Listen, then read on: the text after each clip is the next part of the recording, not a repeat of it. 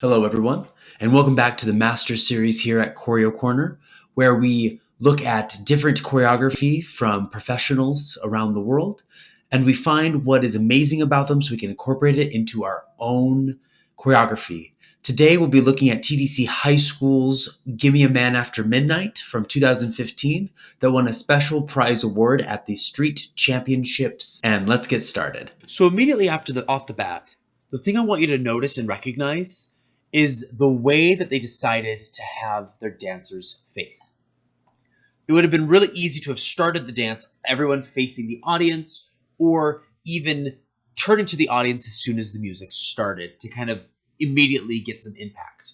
However, this more subtle approach is giving a story to us. You stumbled upon these girls, like they're, in the cool girls in a cafeteria, or they're at the mall. Immediately after they've created this new presence or this new scene for you, they immediately turn around and invite you in as if you were invited to the party. When they're moving into the next phrase, it's all very sharp, but it's all very simple. It's unison, they're doing it together. This is the exact thing that should be done with your audiences on a regular basis. It's the same as telling a really good story. You always give the exposition, which gives characters, it provides context, it provides background, but it doesn't overwhelm the audience quite yet. They want to be overwhelmed when they're getting to more of the rising action, and especially at the climax. And this formation change is one that I have watched for hours. I wish I could say anything less because it's so impressive. We're going to rewind back so you can see that. So we're looking at this formation change, and the first thing you notice is that those who are going to the side have their hands going out, and the ones who are going forward have their hands going straight up.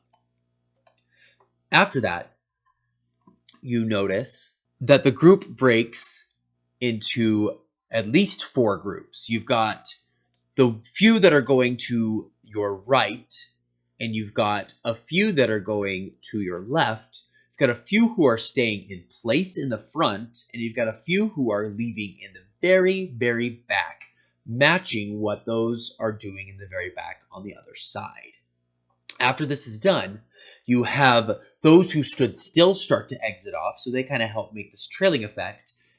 And as you're watching them leave, the other group is going to come forward. Watch this. And that creates this depth.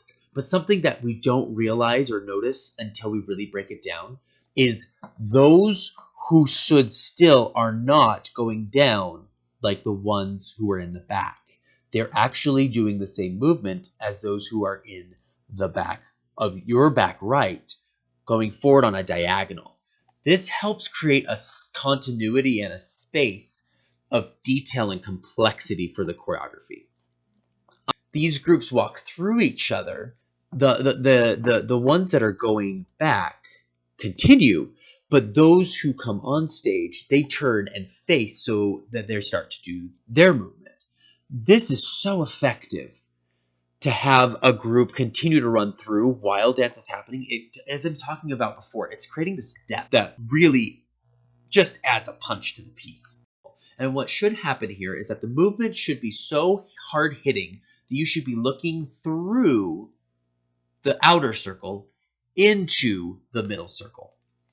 If I were to actually judge this group, I would give them a little bit of a critique to utilize that to their advantage a little bit more, creating a little bit more of a blur. So obviously at the end of those double circles, you see them doing the ripple, which is just phenomenal, where the people on, and if you notice the optical illusion happened again, and if I'm going to give that critique, it would be to continually make us look through one group to see the other group. Like here, when the legs go down and up, that is such a phenomenal choice in complexity.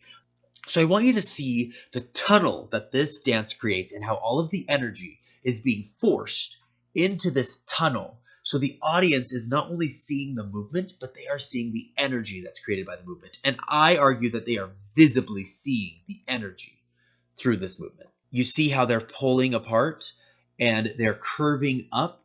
there's a few arms from the dancers that aren't necessarily helping with this illusion.